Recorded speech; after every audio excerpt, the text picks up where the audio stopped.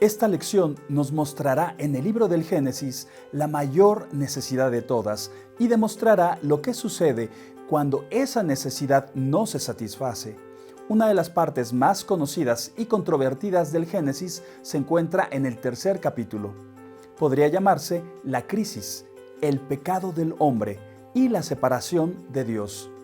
La raza humana se enfrenta a un peligroso punto de decisión sobre el pecado. ¿Vamos a vivir la vida a la manera de Dios o la vamos a vivir a nuestra manera? En Isaías 53:6, la Biblia dice: todos nosotros como ovejas nos descarriamos, cada uno se apartó por su propio camino. Esa es la naturaleza humana como lo es ahora. Sin embargo, según las Escrituras, Dios hizo a Adán y Eva criaturas de elección con el poder para obedecer la voluntad de Dios o rechazar a Dios a favor de su propia voluntad. Génesis 3 describe la primera vez que sucedió esa crisis. La escena de Génesis 3 se encuentra en el capítulo 2, 8 al 9. El Señor Dios plantó un jardín hacia el este, el Edén, y ahí colocó al hombre que había formado. El Señor Dios hizo nacer de la tierra todo árbol agradable a la vista y bueno para comer. También el árbol de la vida en medio del huerto y el árbol del conocimiento del bien y del mal. Entonces, ¿qué pasó en el jardín? Antes de responder esa pregunta, es necesario hacer una breve nota sobre el estudio de los primeros 11 capítulos de Génesis. El estilo de escritura en Génesis 1 al 11 es diferente al estilo del resto del libro. Esto ha llevado a algunos a cuestionar si se supone que el relato de la creación y las historias siguientes en el 1 al 11 deben leerse como eventos históricos reales o si deberían funcionar como una alegoría. Esta pregunta le preocupa a algunas personas porque piensan que lo que se sugiere es cuestionar si Dios creó el mundo o no. Si una historia es alegórica, entonces realmente no sucedió. Pero ese no es el caso aquí. En la literatura del cercano Oriente Antiguo, un género del que el Génesis es parte, un evento puede ser histórico y también puede tener un significado alegórico. Usado como alegoría significa que los elementos de la historia pueden usarse para señalar cosas más allá de los hechos, para volverse moral y teológicamente instructivos. Existe una posibilidad razonable de que cosas como un árbol del conocimiento del bien y del mal y un árbol de la vida se entiendan simbólica o alegóricamente. Génesis 1 al 11 puede no ser una alegoría, pero el punto aquí es que incluso si lo es, eso no significa que los eventos que se describen no sucedieron. Las historias escritas en consonancia con Génesis 1 al 11 pueden ser tanto historia como alegorías. Ahora, volviendo al escenario del Edén en Génesis 2, 8 al 9, el jardín en el que Dios puso al hombre iba a satisfacer las necesidades del hombre a través de los árboles del jardín. Es importante tener en cuenta que aquí se enumera una prioridad. En primer lugar, estos árboles debían satisfacer las necesidades del ojo del hombre, luego debían satisfacer su necesidad de alimento y luego debían darle vida. Pero había un árbol del conocimiento del bien y del mal y se suponía que no debían comer de ese árbol. En el capítulo 3, cuando pecan, noten que se cambia el orden de prioridad en lo que respecta a estos árboles. No ponen la vista en primer lugar, la comida en segundo lugar y la vida en tercer lugar, y el conocimiento del bien y del mal nunca. En cambio, ponen la comida primero, el ojo en el segundo lugar, luego el conocimiento, y nunca llegan a la vida. En cambio, ellos reciben la muerte. Estos no son hechos por el hecho de ser hechos. Debe preguntarse, ¿qué está tratando de decirnos el autor? Él está tratando de decir algo hermoso. Moisés lo expresó de esta manera en Deuteronomio 8:3, que Jesús cita en los Evangelios en Mateo 4:4. al resistir al diablo. El hombre no vive solo de pan, sino de toda palabra de Dios. El propósito de la palabra de Dios es que el hombre sepa cómo vivir y encuentre una vida verdadera. El hombre no vive solo de pan, lo que significa que no encuentra la vida simplemente saliendo y satisfaciendo sus necesidades físicas. Si una persona realmente quiere vivir, debe detenerse y decir: Dios, ¿tienes una señal para mí sobre cómo debo vivir? Según Moisés, si uno quiere vivir, debe ajustar su vida a la palabra de Dios. Dios puso al hombre en el huerto. Dios puso al hombre en un lugar de vida abundante donde puede satisfacer todas sus necesidades. Sin embargo, ellos rechazaron la palabra de Dios, rechazaron la provisión de Dios, negaron las restricciones de Dios y buscaron obtener algo para sí mismos de acuerdo con sus propias prioridades y deseos. En Mateo 6, 22 al 23, Jesús dice que la lámpara del cuerpo es el ojo, que si el ojo está sano, todo el cuerpo está lleno de luz. Sin embargo, si el ojo está enfermo, todo el cuerpo está en oscuridad. ¿Qué significa esto? Jesús no quiso decir literalmente el ojo, quería decir la visión del alma, la visión espiritual. Todo el mundo tiene un sistema de valores, una forma de clasificar las cosas que les importan, una forma de juzgar las cosas en función de lo que les importan.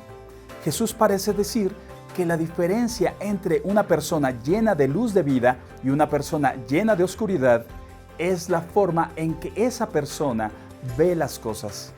¿Ves las cosas a la manera de Dios? ¿Ves las cosas a tu manera? Esta es la diferencia entre ser una persona de luz y ser una persona de oscuridad. De la misma manera, cuando Dios puso al hombre en el jardín con el árbol de la vida, delante de ellos, el árbol del conocimiento del bien y del mal, restringido para ellos, dijo: conozco todas tus necesidades, créanme y confíen en mí.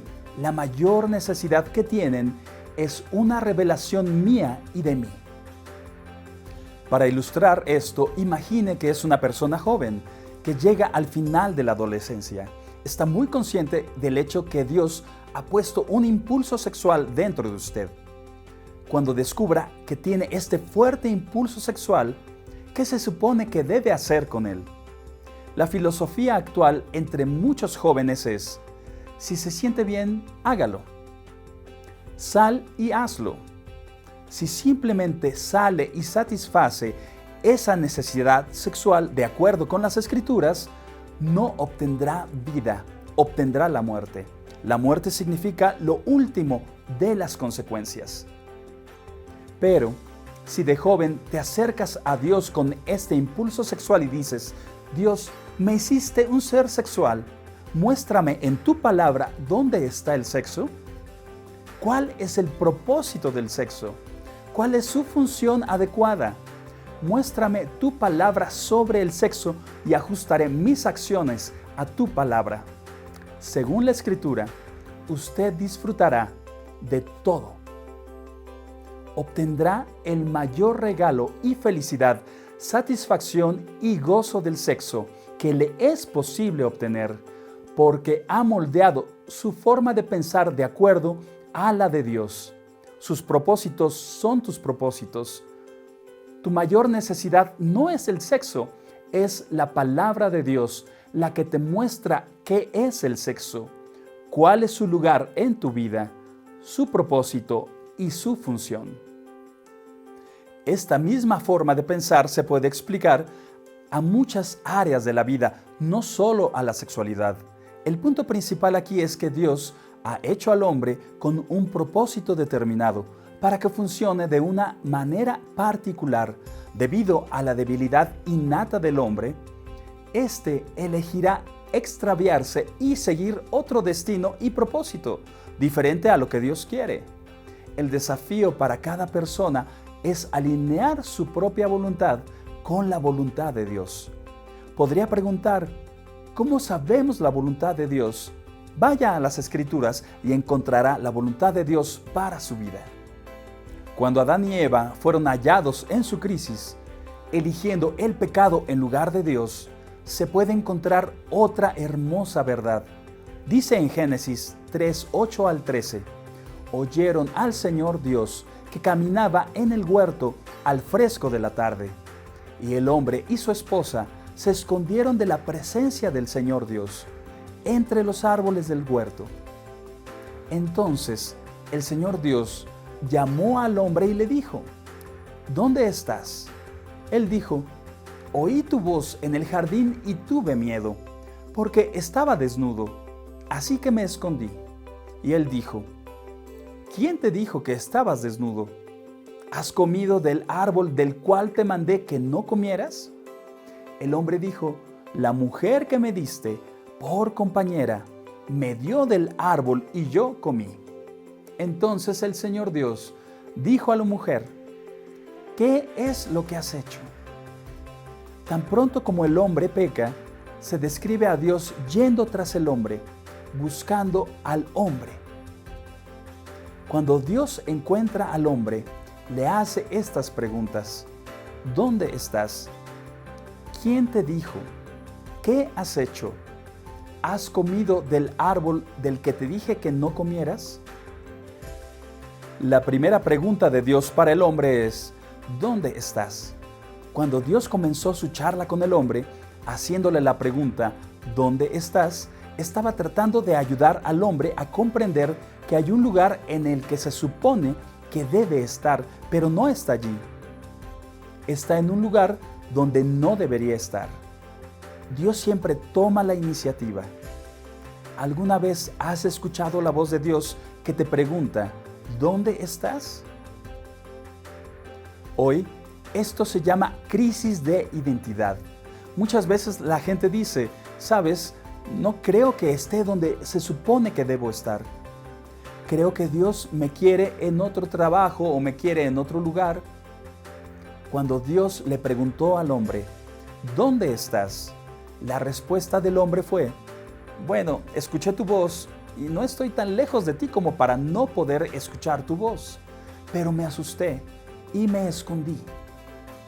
Sabía que si seguía escuchando tu voz, mi desnudez y por tanto mi pecado quedaría al descubierto. Ahí es donde estoy. Puede que tengas diferentes formas de esconderte. Puedes usar el trabajo, la diversión, el sueño, la comida, un pasatiempo, las obsesiones, las adicciones y las fiestas. Todo en un intento de esconderse de un Dios que lo ama y que está tratando de llevarlo a donde se supone que debe estar. Entonces, Dios te hace preguntas como, ¿dónde estás? Quizás podrías decirle a Dios, escuché tu voz, pero me asusta porque sé que expondré mi desnudez, mi pecado. Entonces, por eso me escondo. Ahí es donde estoy. Esa pregunta lleva a la pregunta siguiente. La siguiente pregunta que Dios le hizo al hombre fue, ¿quién te lo dijo? Cuando el hombre responde a Dios y le dice, estoy desnudo, Dios dice, ¿quién te dijo que estabas desnudo? En Génesis 3:7, cuando comieron del árbol equivocado, inmediatamente supieron que estaban desnudos. Dios aún no había empezado a hablarles, pero ellos ya sabían que estaban desnudos. Dios vuelve a ese punto en el versículo 7 y les pregunta, entonces, cuando ya conocían que estaban desnudos, ¿quién les dijo que estaban desnudos? Uno de los grandes problemas que se describen en Génesis es el problema de la dirección. La sociedad está rechazando cada vez más esos absolutos morales y reemplazándolos con algo que ellos llaman ética situacional, donde todo es relativo a la perspectiva individual y al deseo individual. Sin absolutos morales, no saben de dónde han venido, no saben a dónde van y ciertamente no saben dónde están. Entonces, La primera pregunta de Dios, ¿dónde estás?, le dice al hombre, ¿te das cuenta de lo perdido que estás? Toda persona perdida necesita, ante todo, saber que está perdida. La segunda pregunta de Dios, ¿quién te lo dijo?, habla de la guía divina. Dios quiere dirigir los pasos del hombre, comunicar, hacerle saber al hombre dónde debe estar y cómo llegar ahí. En Génesis 3, Dios hace una tercera pregunta. ¿Has comido del árbol equivocado? Dios quiere que Adán y Eva reconozcan su pecado. ¿Estás sufriendo las consecuencias de tu pecado? Si su vida no es bendecida, no es feliz, hágase estas preguntas. ¿Mi felicidad es porque estoy desobedeciendo la palabra de Dios? ¿He fallado en seguir el plan de Dios? ¿Conozco o me preocupo por el plan de Dios para mi vida? El propósito del plan de Dios, según Juan 10:10, es que tengas vida y la tengas en abundancia. Por eso Dios se comunica contigo, se esfuerza por revelarse a ti. Por eso dice en Génesis 2, aquí están los árboles, en el orden de prioridad. Sigues mis prioridades y tendrás vida. Tendrás el árbol de la vida. Adán y Eva no siguen estas prioridades, por lo que nunca tienen vida, obtienen la muerte. Esa es una descripción de ellos, pero también es una descripción tuya. Tú eres su hijo. Debes estudiar la palabra de Dios y orar, examinar tu vida y arrepentirte de tu perversión para que puedas conocer a Dios, para que puedas descubrir la voluntad de Dios para tu vida y realmente estar en el lugar donde Dios quiere que estés. La cuarta pregunta, ¿qué has hecho?, trae una confesión del hombre. La palabra confesar proviene de dos palabras que significan decir e igualdad. En otras palabras, hablar igualdad, hablar lo que es, decir lo que se ha hecho. Literalmente, eso es la confesión. En la Biblia, la confesión también está de acuerdo con la evaluación de Dios de lo que has hecho. Cuando sabes lo que Dios dice sobre lo que has hecho, entonces dices lo mismo que Dios dice. Dios quiere que confieses, por eso te pregunta, ¿qué has hecho? Él ya sabe lo que has hecho. Quiere que te des cuenta de lo que has hecho, que se lo cuentes y que estés de acuerdo con Él. Según Juan, en 1 de Juan 1-9, si confiesas tus pecados, Dios perdonará tus pecados y también limpiará toda maldad en ti. En Génesis capítulo 3 hay una comunicación entre Dios y el hombre, porque Dios ama al hombre. Cuando tomas decisiones equivocadas, cuando no logras superar la crisis de manera positiva, cuando decides salirte con la tuya, Dios no te desecha. Viene a ti con amor, con estas preguntas. ¿Dónde estás? ¿Quién te lo dijo? ¿Has comido del árbol equivocado? ¿Qué has hecho? ¿Escucharás a Dios mientras trata de comunicarse contigo a través de estas 4 preguntas? Las preguntas de un Dios amoroso tratando de llevarlo a estar donde se supone que debe de estar. Responde a tu comunicación con Dios hasta que Dios te lleve de donde estás al centro de su perfecta voluntad para tu vida. Gracias por acompañarnos en esta lección. Que Dios nuestro Padre Celestial les dé un espíritu de unidad entre ustedes al seguir a Cristo Jesús nuestro Señor. Amén.